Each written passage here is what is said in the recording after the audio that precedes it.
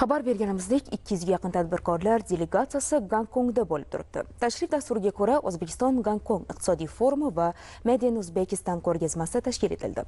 Batafsil ijodiy jamoamiz xabar qiladi. Dunyoning 3-moliyaviy markazi hisoblangan Gonkong va O'zbekiston o'rtasida munosabatlar yangi bosqichga ko'tarilmoqda. O'zbekistondan kelgan 200 nafarga yaqin tadbirkorlar delegatsiyasining ishbilarmonlik dasturlari nihoyatda boy va sermahsul o'tmoqda va bugungi kun ham juda mazmunli bo'ldi. Sababi Gonkong va O'zbekiston o'rtasida iqtisodiy forum o'tkazildi. Unda mamlakatimizning sanoat, investitsiyalar, ishlab chiqarish, umuman barcha tarmoqlardagi salohiyati namoyish etildi va eng asosiysi Made in Uzbekistan brendi ostida mamlakatimizda ishlab chiqarilgan mahsulotlar ko'rgazmasi ham bo'lib o'tdi. Xitoy O'zbekistonning investitsiyalar, sanoat texnologiyalari yetkazib berishda yetakchi hamkor davlatiga aylangan bo'lsa, ushbu biznes forum Gonkong bilan bu hamkorlikni yanada mustahkamlash yo'lida katta qadam bo'ldi. Oxirgi 7-8 yil ichida ko'ryapsiz, barcha mamlakatlar bilan iqtisodiy yoki moliyaviy yoki eksport bog'liq ishlar bilan yuribmiz. Albatta bu yurtboshimizning islohotlari, borayotgan siyosatlari juda bu nafaqat Gonkong, Turkiya yoki arab mamlakatlarida ko'p davlatlarga qatnashib boramiz. Gonkong moliyaviy markaz deb bilamiz. Biz uchun juda ko'p yangi yo'nalishlar ko'rdik. Investitsiya kiritishlar bo'yicha biz mana kimyo sektorida, tekstil ko'p sohalarda bularga prezentatsiya olib bordik. Juda ham qiziqish katta O'zbekistonga investitsiya qilishda. Biznes forumni samarali muloqot maydoni, salohiyat namoyishi deyish mumkin. Shu bilan birga u amaliy natijalarga ham boy bo'ldi. Muhtaram prezidentimizning tadbirkorlarga keng berayotgan imkoniyatlaridan mana shu bosqichlarga chiqib kelyapti. Imkoniyatlar berilyaptiki, mana Gonkonggacha kelyapmiz. Siz qurilish materiallari sohasida, umuman qurilishda ham faoliyat ko'rsatasiz. Gonkongda juda katta qurilish kompaniyalari bor, juda katta investorlar bor. Bu tadbirkorlarni, investorlarni birlashuvi menimcha biz uchun ancha katta samara keltirsa kerak. Albatta, hozir biz endi Gonkongda sal kam bunday shartnomaga erishib bo'ldik. Natija bo'ldi. Natija bor, o'sha $60 million bizga Surxondaryo viloyatiga investitsiya kiritadigan bir kompaniya bilan hozir kelishib oldikki, 26-yil va 27-yil davrida Surxondaryo viloyatiga bular $60 million texnologiya, ehtiyot qismlar, investitsiya kiritish shartnomasiga erishdik. Prezidentimizdan barcha mana shu tadbirkorlarimiz juda xursand, minnatdor. Xitoyning yurtimizda investitsiyalar paketi oshmoqda. Ushbu davlat bilan samarali hamkorlik olib boradigan tadbirkorlar endi Gonkongdan ham yangi hamkorlar topishga muvaffaq bo'ldi.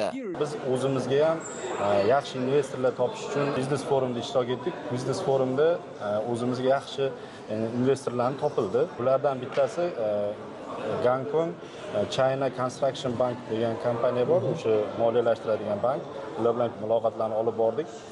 Xudo xolasa hozir biz tarafimizdan taqdim qilinadigan ma'lumotlar bor. Ularni taqdim qilsak, ularga juda qiziq O'zbekiston kirish. Natijador bo'ldi.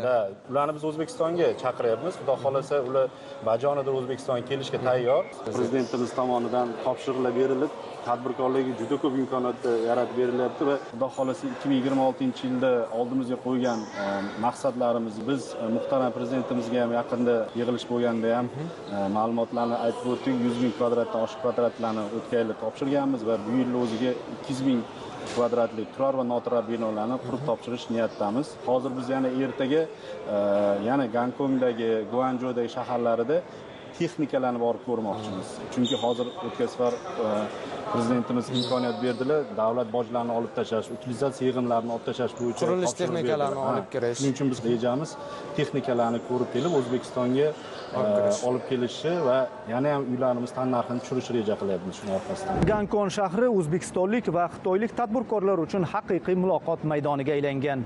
Bu yerda 100 dan ortiq o'zbekistonlik eksport qiluvchilar o'zlari ishlab chiqarayotgan mahsulotlar namoyishi bilan ishtirok etyapti.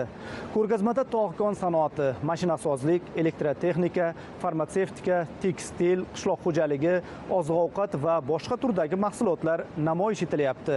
Gonkong shahrida O'zbek limon brendi asosida qatnashyapmiz. Bu yerda O'zbekistondan kelgan juda yirik tadbirkorlar qishloq xo'jaligi mahsulotlari bilan va o'zimizda ishlab chiqaradigan mahsulotlar bilan qatnashyapti.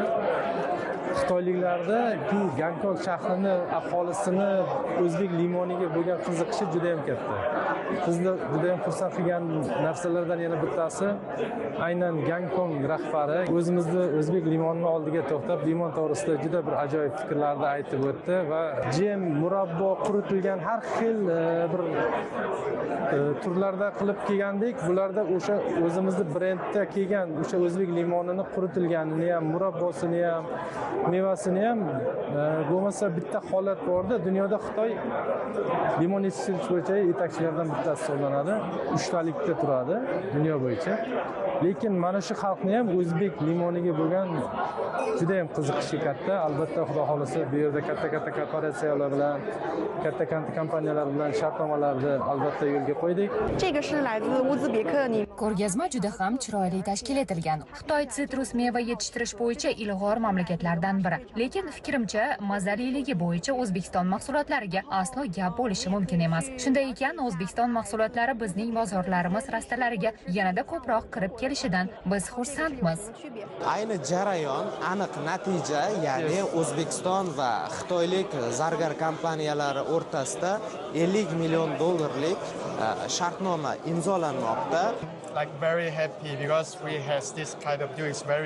Kelishuvimizdan juda xursandman. Bu bizning kompaniyamiz uchun ham, sizning tarafingiz uchun ham juda yaxshi. Mazkur hamkorlik biz uchun yaxshi biznes. Qo'llab-quvvatlaganingiz, hamkorlik uchun tashakkur. O'zbekistonning zargarlik mahsulotlari sifat va shakl jihatdan juda ajoyib. Shu sababli men bu kelishuvni amalga oshirishni maqsad qildim. O'ylaymanki, ushbu yo'nalishda yanada ko'proq hamkorlik qilish mumkin. Kelajakda O'zbekistonga tashrif buyurishni istayman, chunki u ajoyib mamlakat. Hozirgi tadbirkorlarga bo'layotgan eng yuksalish imkoniyatlar boshqa mamlakatlarda yo'q deb bilaman.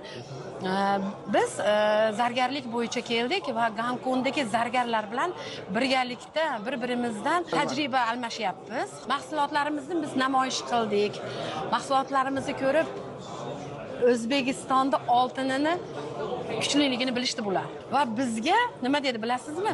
Albatta O'zbekistonga Andijon klasterga boramiz deyishib bizdan hamma narsani o'rnak qilib olishdi va biz ham ular bilan zargarlik qurollarini, zargarlik texnologiyalarini va zargarlik toshlarini ko'rdikda va mahalliy bizni qilayotgan ishlarimizga yana ham biz tajriba orttirdik. Tadbirkorlar muloqotlari, biznes forum va tashkil etilgan ko'rgazma O'zbekiston va Gonkong o'rtasida hamkorlikni yangi bosqichga olib chiqish, ikki hudud ishbilarmonlarini yanada birlashtirish yo'lida muhim qadam bo'ldi. Jahongir Mardonov, Akmal Shodiyev, Mirkomil Qosimov, Gonkongdan Axborot 24 dasturi uchun maxsus.